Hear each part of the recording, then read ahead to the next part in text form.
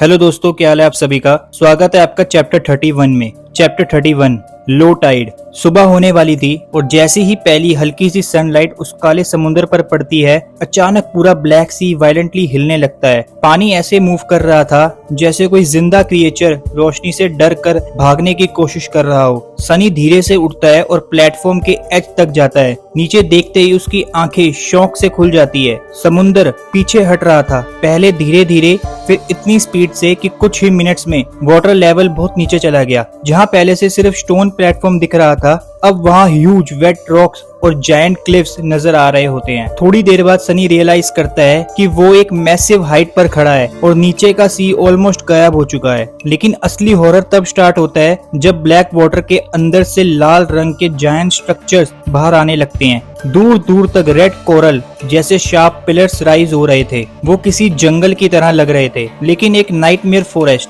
हर तरफ blood red coral, twisted paths और dark shadows थी। पूरा एरिया इतना क्रीपी था कि सनी को लग रहा था कि वो किसी दूसरी दुनिया में आ गया है। हाफ एन आवर के अंदर पूरा सी कम्प्लीटली डिसअपियर हो जाता है। बस wet rocks, hanging black seaweed और वो टेरिफाइंग क्रिम्सन लेबिरिंथ बचते हैं। सनी खुद को पिंच करता है और सोचता है, भाई क्या मैं सच में ये सब देख रहा हूँ। सनी तुरंत नीचे एक्सप्लोर करने नहीं जाता।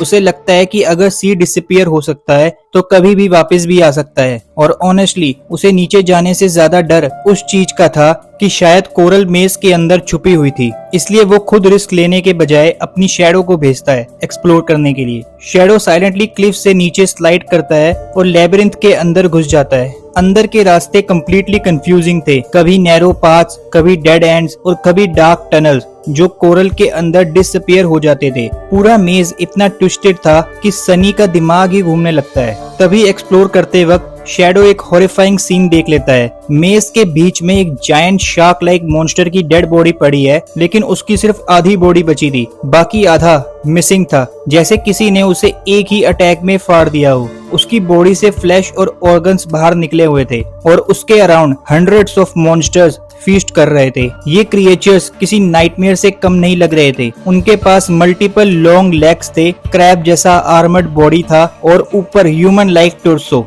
लेकिन फेस इतना डिस्गस्टिंग था कि देखकर ही डर लगे। स्लाइमी माउथ, स्केरी आईज और जायंट पिंसेस जिनके थ्रू वो डेड क्रिएचर्स का मीट फाड़ फाड़ कर खा रहे थे। कभी कभी कोई मॉन्स्टर बड़ा मीट पीस पकड़ लेता तो बाकी सब उसके ऊपर टूट पड़ते। सेकंड्स में फाइट स्टार्ट हो जाती और कुछ मॉन्स्टर्स खुद ही मर जाते, फिर बाकी उन्हें भी खा जाते। सनी ये सब देखकर अंदर से हिल जाता है। उसे समझ आ जाता है कि इनमें से एक मॉन्स्टर भी डेंजरस है और यहाँ तो पूरी आर्मी है। लेकिन फिर उसकी नजर एक और शॉकिंग चीज पर जाती है। वो जायंट क्लिफ जहाँ वो खड़ा था एक्चुअली कोई नॉर्मल क्लिफ नहीं थी, वो एक मैसिव एंशिएंट स्टैचू था। धीरे धीरे सनी को समझ आता है कि वो एक जायंट नाइट के स्टोन स्टैचू के ऊपर खड़ा है। स्टैचू इतना बड़ा था कि उसका साइज इमेजिन करना भी मुश्किल था। नाइट ने हैवी आर्मर पहना हुआ था और चेस्ट पर 7 स्टार्स कार्व थे। उसके हाथ में एक जाइगेंटिक स्वॉर्ड थी जो ग्राउंड की तरफ पॉइंट कर रही थी। लेकिन सबसे क्रीपी बात ये थी कि उस स्टैचू का हेड मिसिंग था।